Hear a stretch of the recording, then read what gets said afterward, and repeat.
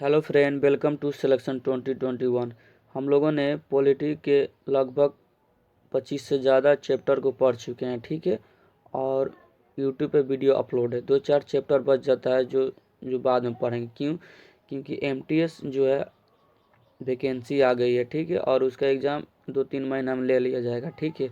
तो एसएससी में या रेलवे में जितने भी पॉलिटी से क्वेश्चन पूछा हुआ है सबको हम पढ़ेंगे। लगभग 5 से 6 वीडियो में पढ़ लेंगे, ठीक है। 200 से प्लस ज़्यादा क्वेश्चन को पढ़ेंगे जो बार बार एग्जाम में पूछता है, ठीक है। तो चलिए वीडियो को स्टार्ट करते हैं।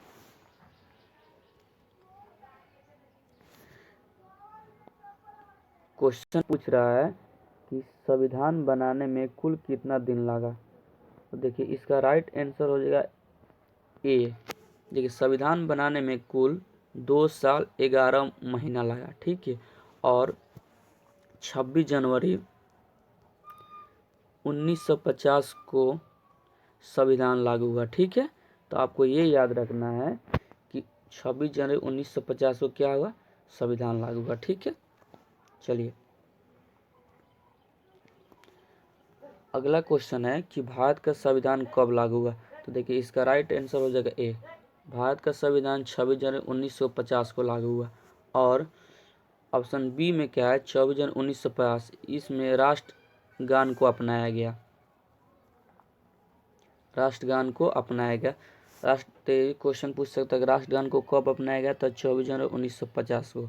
और ऑप्शन सी है 26 नवंबर 1949, इसको क्या किया, संविधान को अंगीकृत किया गया।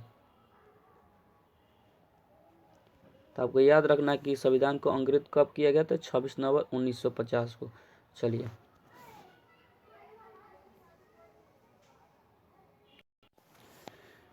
संविधान सभा के स्थायी सदस्य कौन थे।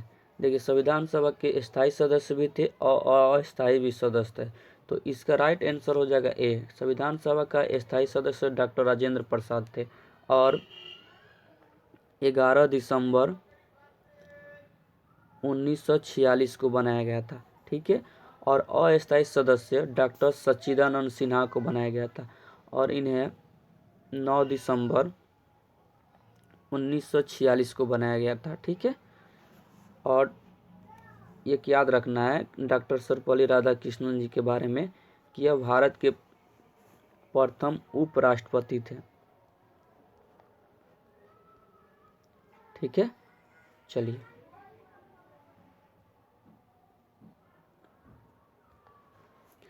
भारत के प्रथम राष्ट्रपति कौन थे। इसका राइट आंसर हो जाएगा डॉक्टर राजेंद्र प्रसाद। डॉक्टर राजेंद्र प्रसाद भारत के प्रथम राष्ट्रपति थे। और डॉक्टर सर्वपल्ली राधाकृष्णन भारत के प्रथम उपराष्ट्रपति थे, ठीक है। और पंडित जवाहरलाल नेहरू भारत के प्रथम प्राइम मिनिस्टर थे, यानी प्रधानमंत्री थे। आपको ये भी याद रखना है, ठीक है।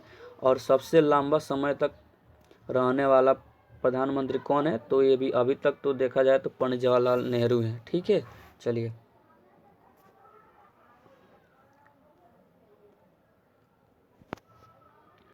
आगे क्वेश्चन पूछ रहा है कि भारत की संविधान सभा का संवैधानिक सलाहकार कौन थे। तो देखिए इसका राइट आंसर हो जाएगा आपका sir sir B N Rao, ठीक है। इसका बी होगा, लेकिन इसमें क्या होगा कि यह नहीं होगा। सर बी एन राव संविधान सभा का संवैधानिक सलाहकार कौन थे, तो सर बी राव, ठीक है। और संविधान सभा का स्थायी सदस्य कौन थे, तो डॉक्टर राजेंद्र प्रसाद, ठीक है।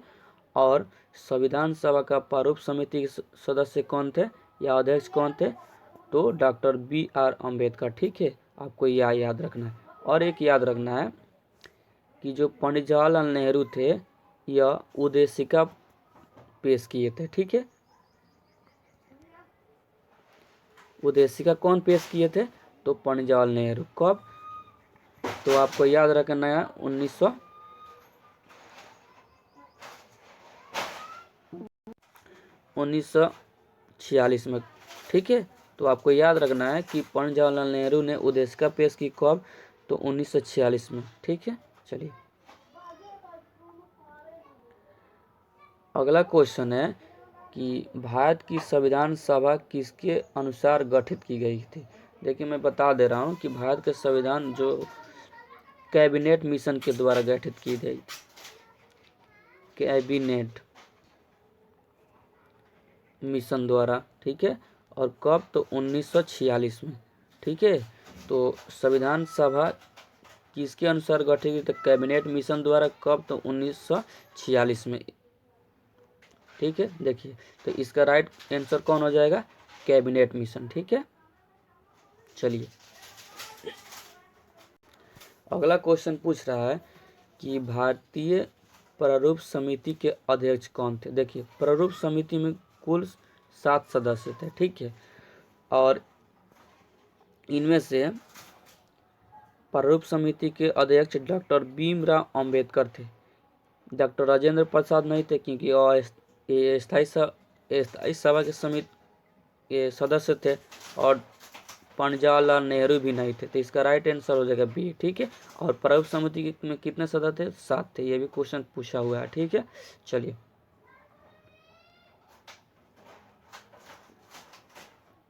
आगे क्वेश्चन पूछ रहा है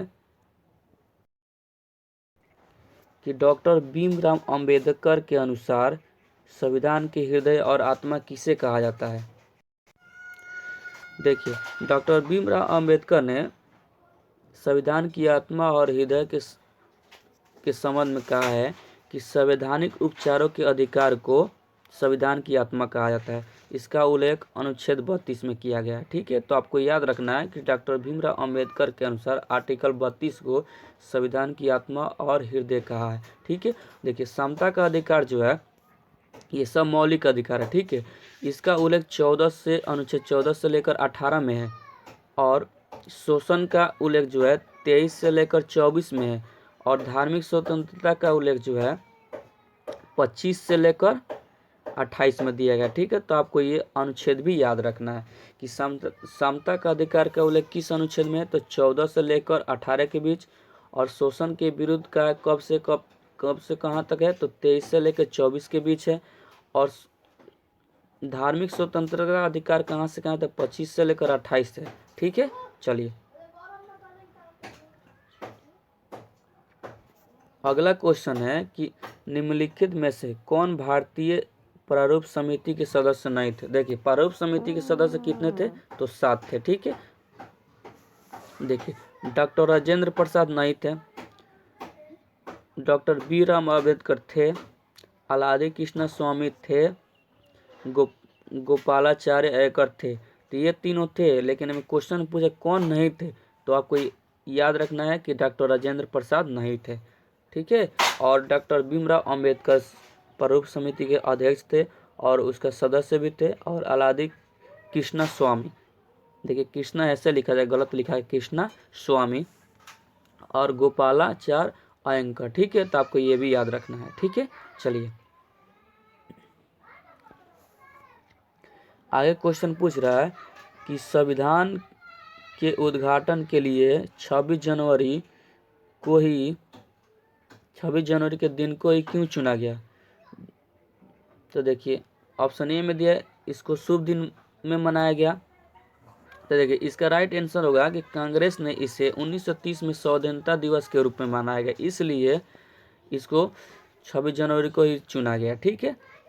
चलिए अगला क्वेश्चन पूछ रहा है कि भारतीय संविधान ने भारत को किस प्रकार वर्णित किया है। तो देखिए भारतीय संविधान में अनुच्छेद 1 कहता है भारत राज्यों का संघ है, ठीक है। भारत राज्यों का संघ है।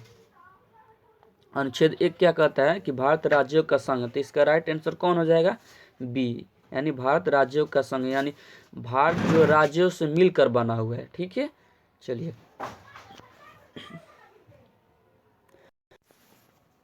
भारतीय संविधान की प्रस्तावना में धर्मनिरपेक्ष शब्द छूट गया।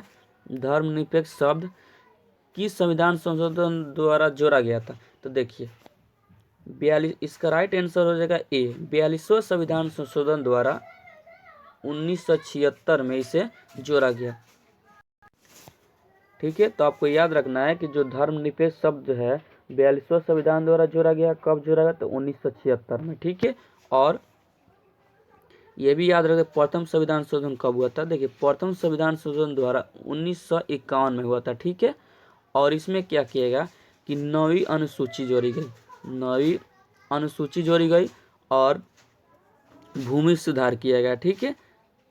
तो प्रथम अनुसूची से आपको याद रखना है प्रथम अनुसूची 1951 में जोड़ा गया और 9वीं अनुसूची जोड़ी गई और भूमि सुधार किया गया। ठीक है। चलिए, और ये सी जो 36वां संविधान संशोधन जो है ये कब हुआ था, तो 1975 में हुआ था। और इसकी क्या विशेषता है कि सिक्किम राज्य को बनाया गया। ठीक है। तो आपको याद रखना है 36वां संविधान संशोधन की 36वां संविधान संशोधन 1975 में हुआ था और सिक्किम राज्य को बनाया गया था। ठीक है। चलिए, आगे क्वेश्चन पूछ रहा है कि राज्य के नीति निर्देशक तत्व कहाँ से लिया गया है।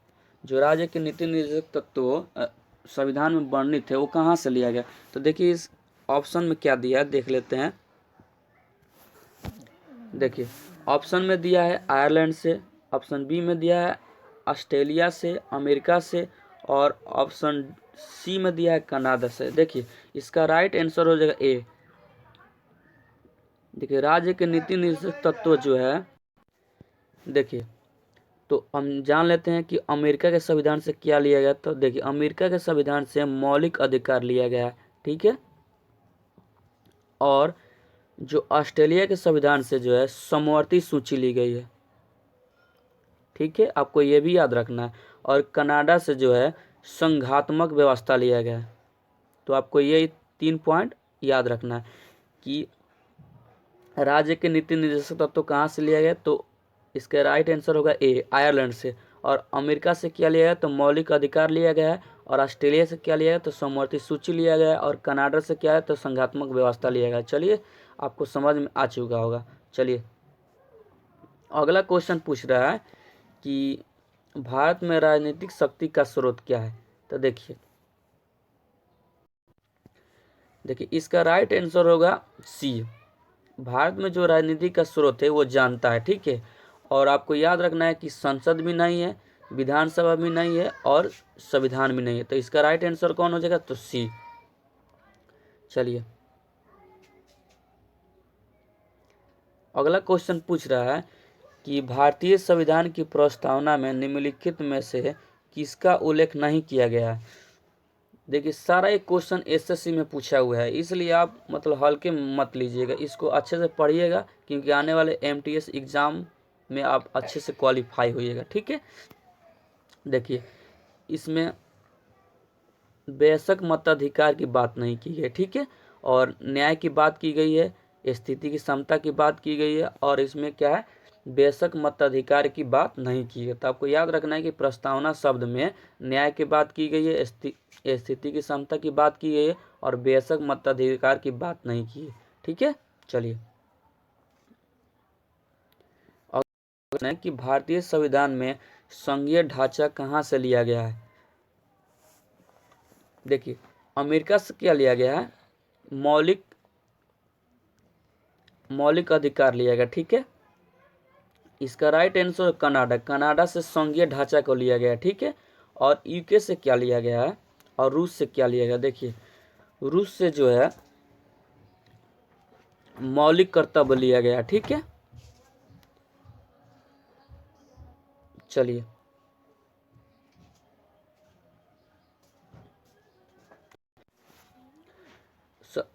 क्वेश्चन 17 नंबर क्या बोल रहा है कि भारतीय संविधान में कुल कितने अनुसूची है। तो देखिए मूल संविधान में कुल 8 अनुसूची है। ठीक है। और वर्तमान समय में बढ़ गया है, तो अभी कितना है, तो 12 है। तो इसका राइट आंसर हो जाएगा 12 डी। ठीक है। और भाग कितना है, तो आपको याद रखना है कि 22 भाग है। ठीक है। चलिए अगला क्वेश्चन है कि भारतीय संविधान की 8वीं अनुसूची में कितनी भाषा है। तो देखिए अनुसूची तो अब हमने जस्ट पढ़ा कि 12 है, लेकिन पूछ रहा है कि जो 8वीं अनुसूची है उसमें भाषा का कितने उल्लेख किया गया, तो 22 भाषा का उल्लेख किया गया है। जैसे उर्दू, हिंदी, कोंकणी, मणिपुरी, तमिल, कन्नड़, मलयालम, ये सारे भाषा का उल्लेख किएगा। तो आपको याद रखना है, ठीक है।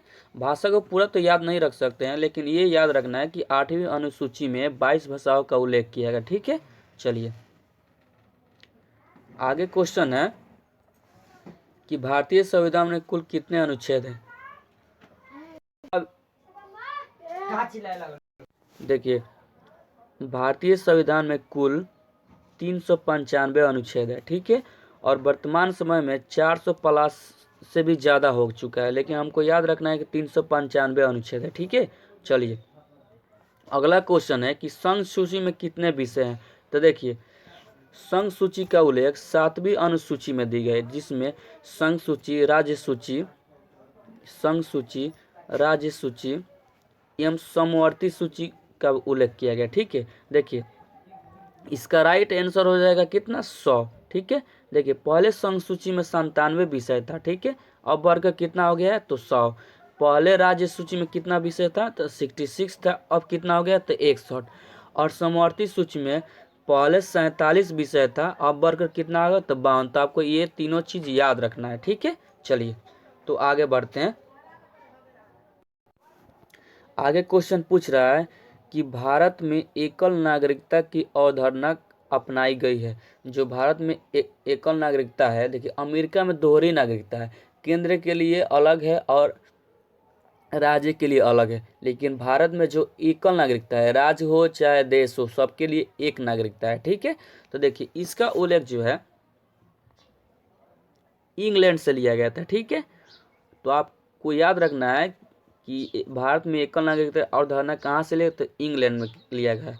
और अमेरिका से क्या मौलिक अधिकार लिया गया। और कनाडा से संघात्मक व्यवस्था लिया गया।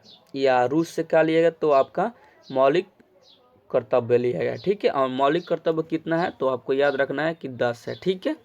चलिए, और मौलिक अधिकार कितना है, तो आपको याद रखना है 6 है, ठीक है। और पहले मूल संविधान में 7 मौलिक अधिकार होते थे, लेकिन संपत्ति का अधिकार को हटा दिया गया, ठीक है। चलिए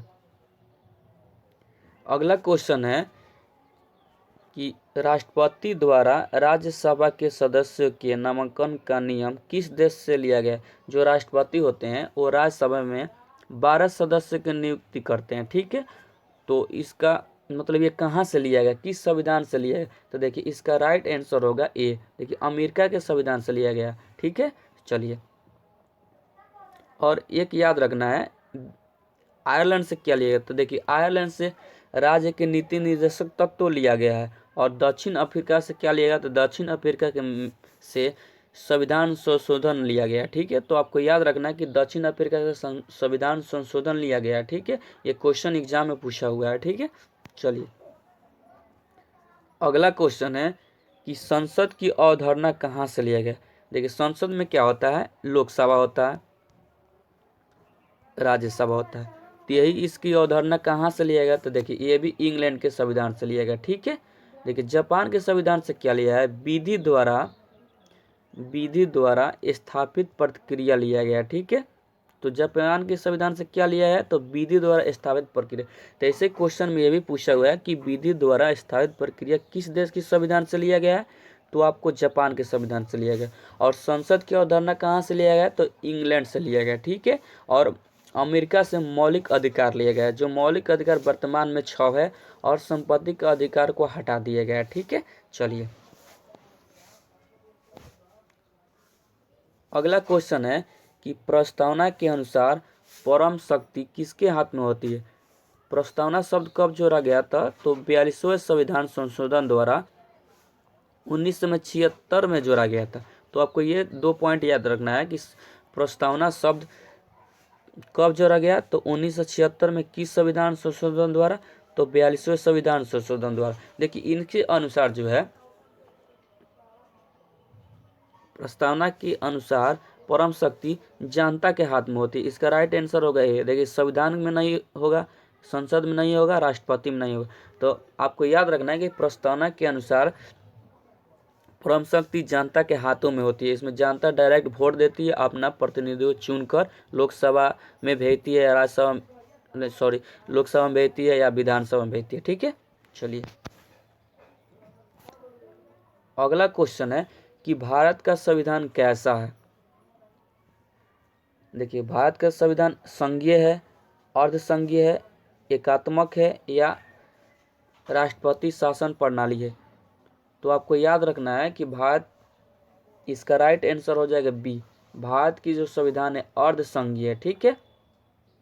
यदि आपको वीडियो फ्रेंड अच्छा लगा हो तो शेयर लाइक कीजिएगा। और ये 25 जो क्वेश्चन है टॉप लेवल क्वेश्चन है, सब एसएससी और एमटीएस एग्जाम में पूछा हुआ क्वेश्चन है और आरआरबी में पूछा हुआ है। इसलिए मैं इस वीडियो को लाया हूँ और आगे भी 5-6 वीडियो लाऊंगा और सब में 25-25 क्वेश्चन पढ़ के लगभग 200 से ज़्यादा पढ़ लेंगे। ठीक है। और इससे आने वाले एग्जाम में आप अच्छे से बना सकते हैं। ठीक है। Thank you for this video. जय हिंद दोस्तों।